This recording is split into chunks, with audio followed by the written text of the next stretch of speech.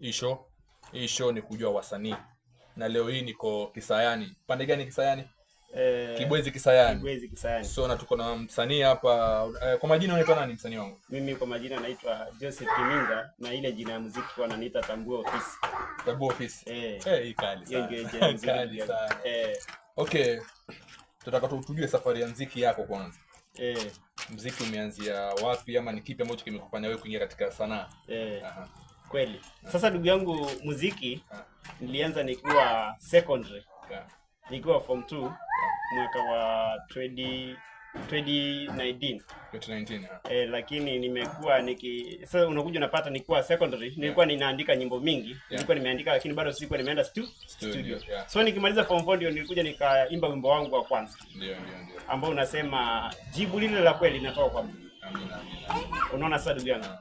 Na wimbo nikaweka pale kwa YouTube na au kwenda vile nilikuwa natarajia. Ndio mwanzo. Ndio safari ikianza, kwa hiyo huwezi tegemea ukitoa muziki kweli uende kuna hatua.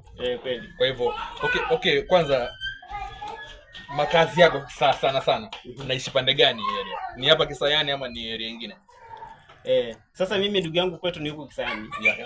Na ndipo naishi huko Kisayani. Na recording studio una record muziki wako wapi?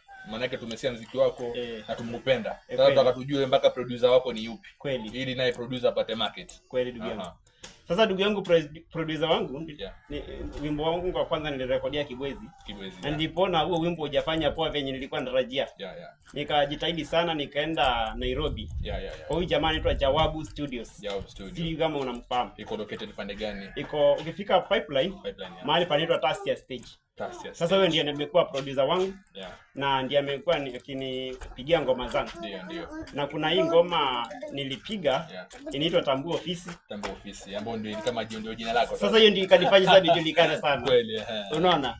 Watu wengi wakanijua kupitia huo wimbo Tambua Ofisi. Unaona? Kweli. Kwa sababu hata nikipitia mahali hivi hata watoto wadogo unasikia Tambua Ofisi.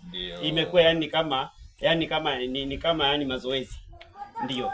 Mtazamaji, kama unaposikia Tambua Ofisi ndio ngoma ambayo ilipanua njia zake. Kweli. Umesema ya kwanza ilikuwa ni gani nyimbo ya kwanza? Jibu la kweli ndio unasema haikuenda. Haikuenda. Nilipiga lakini nikaona haijaenda. So mtazamaji wangu, msanii wetu jina ni Joseph Kiminza ama Tambua Ofisi. Na tena kesho time kama hii tutakuwa naye tukitaka kujua zaidi mengi kuhusu yeye.